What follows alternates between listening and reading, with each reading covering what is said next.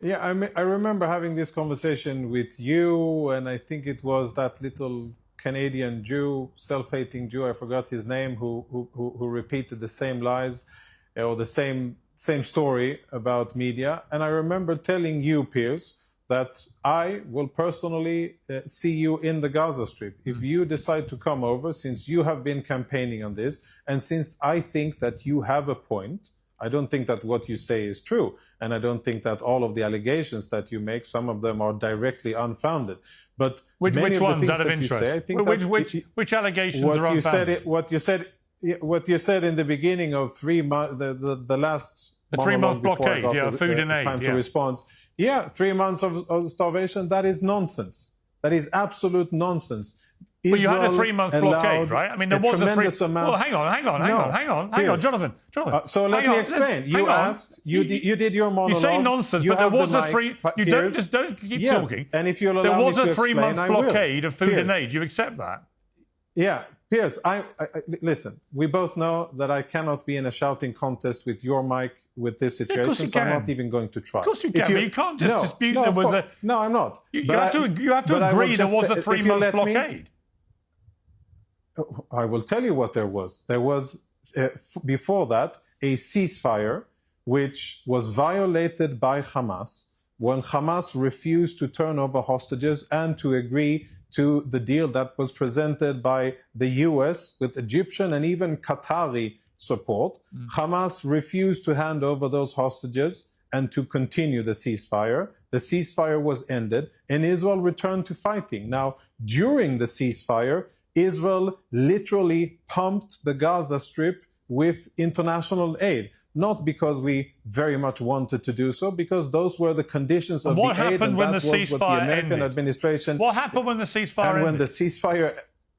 And when the ceasefire ended, Israel stopped allowing that because fighting continued. And Israel killed 300 people. Really it was reported the next day, Israel killed 300 people. But here is the really important part. I don't expect even you to try and explain they were all terrorists, right? So they killed 300 people the next day, and you launched, and the Israeli government launched a 3 month blockade of food and aid. These are simple facts.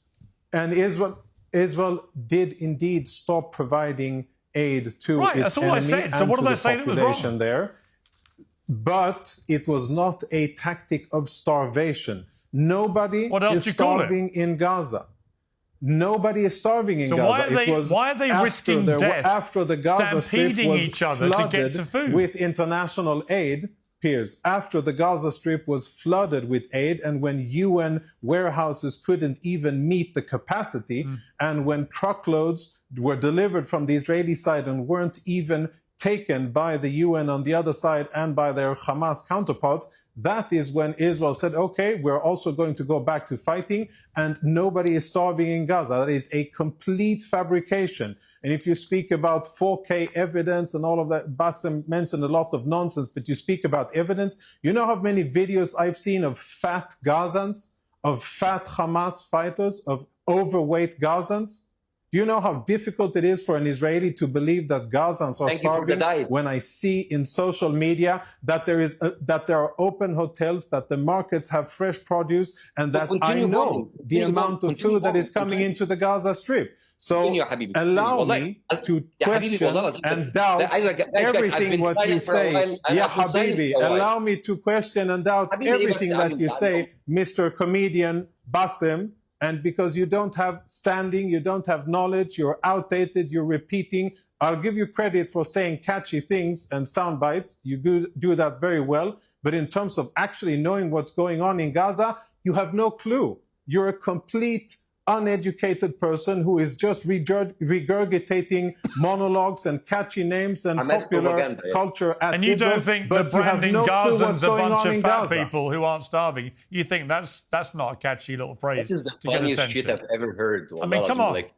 Really, Jonathan? You're reduced to saying that all Gazans are so overfed, they're all fat.